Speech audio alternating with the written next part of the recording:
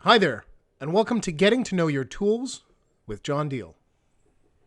Let's start with tools for measuring. Naturally, a ruler would start off this category, but I figured most people are already familiar with those, so the tape measure will start us off. A good tape with a strong blade is a helpful friend to have in your toolbox. I like one that has a magnetic end. But if you're just looking for the basics, get one that looks like it can fall off a ladder and won't shatter. Cheap ones easily break, or the blade gets bent. Expensive ones are often more than most artists need. You get the idea. A trusty sidekick to the tape measure is the 12-inch level. Most artists will need to install their work at some point. Use a level to check that your work is straight. This will make your install look more professional and will keep people like me from having a conniption fit if it's out of level. Next up in the measuring department is the Protractor. This one is kind of like the one you had in grade school, but all grown up. While this is a little more than the average artist might need, if your work requires precision angles, this is a reliable tool. Another good addition is a combination square. This is great for making precision marks at 90 and 45 degree angles. These come in a variety of lengths and some have more attachments. This one is just a simple combination square. You can also use a speed square when measuring out cuts to make sure the marks are straight. These cheap and cheerful squares are ready at hand and easy to use. Here's a little tip that you might not have come across. It's called the 3-4-5 rule. Basically, if one length is 3 units long and the other is 4 units long, the hypotenuse will be 5 units long. If we go through the math, 3 squared plus 4 squared equals c squared. 9 plus 16 equals 25. And so if we take the square root of 25, we'll get 5. That's the 3-4-5 rule. This can be used with centimeters, inches, or any unit that is reliably consistent. Hammers are a maker's best friend. A hammer doesn't have to break the bank to be good quality. Ideally, you have a hammer with a good weight, a strong handle, and some cushioning to reduce the impact and stress on your hands and wrists. These examples are 16-ounce Estwing hammers. There are two basic hammers, the claw hammer and the framing hammer. Both are adept at hitting things. Claw hammers are more commonly used by carpenters and woodworkers for pulling nails and other fasteners. Framing hammers are commonly used for working at a larger scale. The straighter peen, the back of the hammer, can be used for ripping apart lumber that was nailed together, as a pry bar, and for general demolition. There are other hammers that have been engineered for a variety of purposes. For an artist and/or maker, I would direct you towards the claw hammer over any others. It's kind of the best for general purposes. No toolbox should be without a good multi-driver. There is a huge variety of models out there. The best model that I have found is made by MegaPro.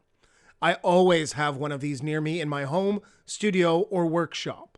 If you can't get a quality multi-driver, get a good set of various screwdriver models.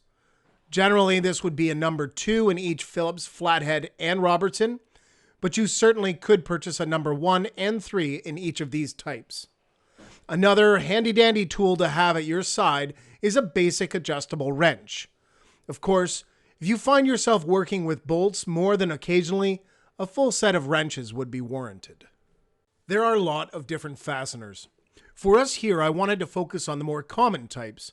The main difference between a screw and a bolt is that a screw is tapered to a point and made to bore into a material like wood or metal, while a bolt is not tapered and connects to a nut in order to hold things together. The bolt and nut are often accompanied by a washer, which helps to create an even better hold. In addition to the different types of fasteners, there are several different types of head. There is the flathead, one of the earliest modern screw heads. It is prone to slippage, also known as camming out. This can cause damage to the screw head, the material, and even the user. The Robertson is probably the screw that I use the most. Because of its square shape, it hugs the driver and does not cam out often. In some cases, the screw holds on so well that it can be held upside down and won't fall off the driver. The Phillips head, or star head, also offers less chance of camming out, but arguably not as good as the Robertson. There is a somewhat interesting bit of history about these two screws. If you're so inclined, it should be easy to find a video recounting the story. The hex head is used liberally in all of your IKEA furniture, and the Torx head is a simple evolution of the hex head. Finally, we have two basic types of nails, The common nail with a broad head, easy for hitting, and the finishing nail with a small head, which is often countersunk into the material and then covered over with spackle or putty to hide it. Back in the world of tools, the staple gun is important for those artists who are committed to building and stretching their own canvas. The JT21 model is strong enough to drive a staple into wood while not wearing out your hand. For more oomph, you can move up to the T50 model, which will not only drive with more power, but can use heavier gauge staples.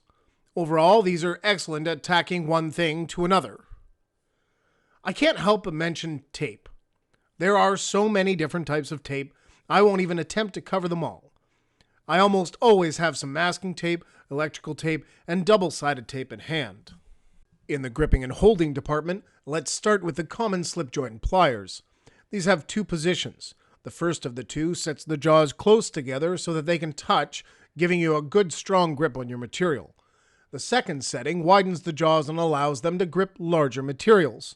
For extra grip, locking pliers, sometimes known as vice grips, use a lever action to lock down on your materials and make a more secure hold. If you happen to be working with pipes, you will likely want a pair of water pump pliers, or what I have always referred to as channel lock pliers, although that's a brand name.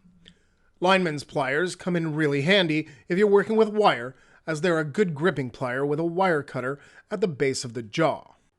Needle nose pliers are often very useful, for everything from reaching into hard-to-get places to fixing clasps on necklaces.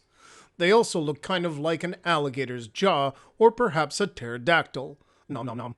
If you're working with wire for jewelry or crafting, you might pick up a pair of fine needle nose pliers. These little fellas are side cutters, good for cutting wire or snipping metal or plastic. The fine side cutters are also good for use in crafting or jewelry making. They pair well with the needle nose pliers. There are many different types of cutters, from bolt cutters to fine snips. Your type of work will determine the best one to use. In my home and my workshop, my utility knife is never very far from me. This type of knife has a replaceable blade. Better yet, they've made the blade so that when the tip gets dull, you can break it off for a fresh, sharp one. Having a small handsaw around is helpful when you just need to make a small cut into wood or metal. There are plenty of versions out there. I usually have one like this or a small Japanese pull saw in my kit. Last but not least in the cutting section is a handsaw and miter box. This common saw can be used to make rough cuts. There are many different types of saws. Japanese saws for finer woodworking, hex saws for cutting metal and for plastics, and coping saws for cutting tight curves or even inside cuts. The miter box is a helpful tool when you need a guide to make straight 90 or 45-degree cuts. This one also has a 60-degree guide. There are different models of these. The higher-end models are made out of metal and have a guided saw attached. This is a relatively cheap model.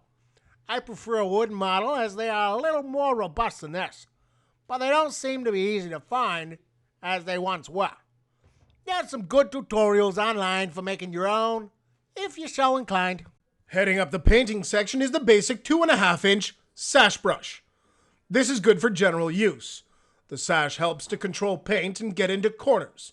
Of course, there are many different brushes for many different applications. I strongly encourage purchasing a decent quality brush. Inferior models, while saving you some money, will usually leave bristles in your paint. These will need to be picked out, often leaving marks. It isn't worth the hassle or frustration.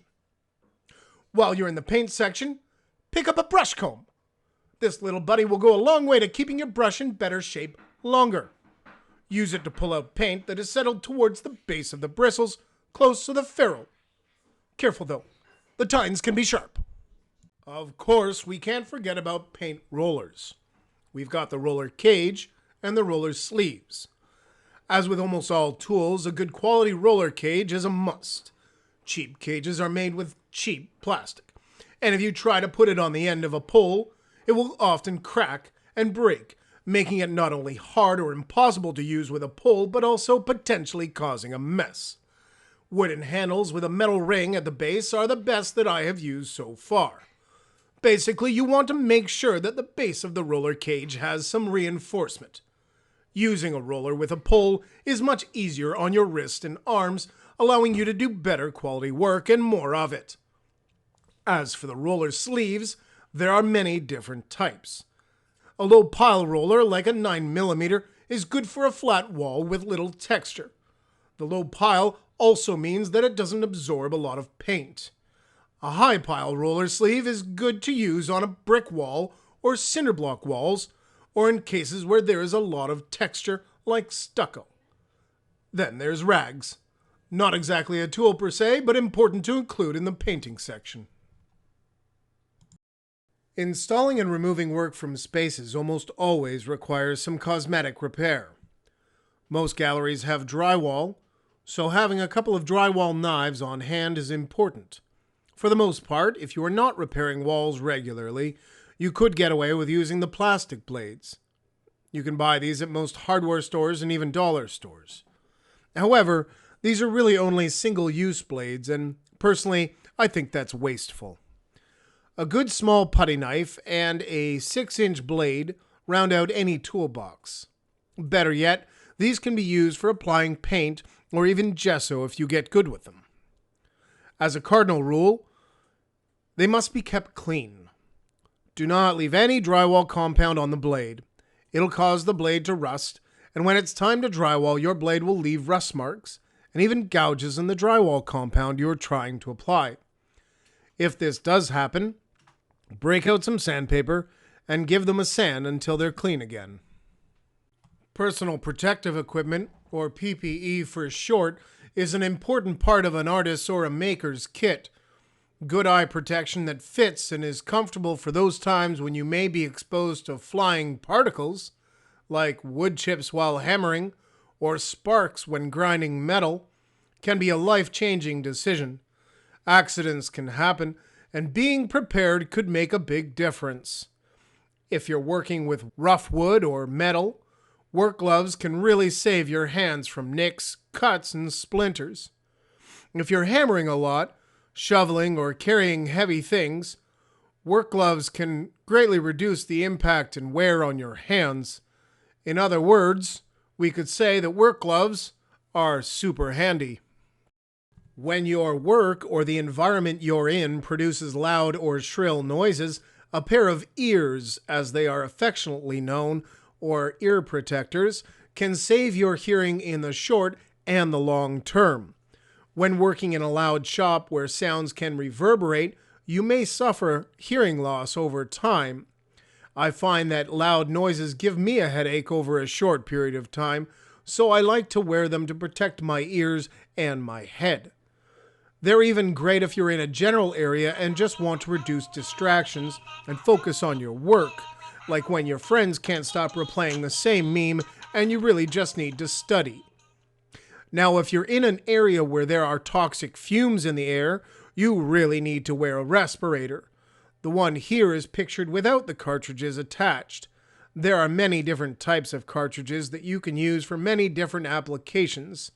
Choose the right one for the job and make sure the mask fits well around your face. For artists working with paint, spray paint, airbrushes, inks, or pigments, some sort of hand protection is important. These materials can be extremely messy and hard to clean off. In some cases, you may even be using solvents or other chemicals. These can be absorbed by your skin and are harmful to your body.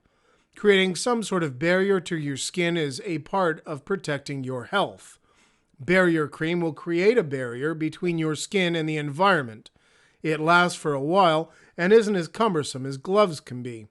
However, I tend to reach for nitrile gloves because they're easy to put on and take off without worrying about washing up. They both do the job. It's really up to you to decide which is best.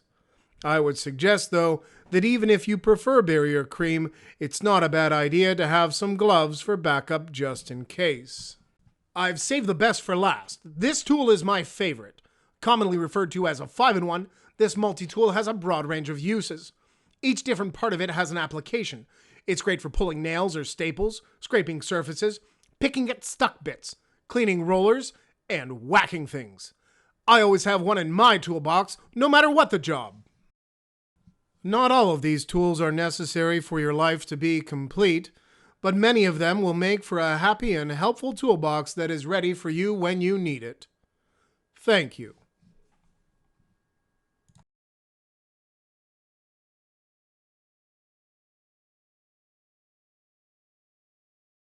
If you want to know more about the technical world of art, like and subscribe.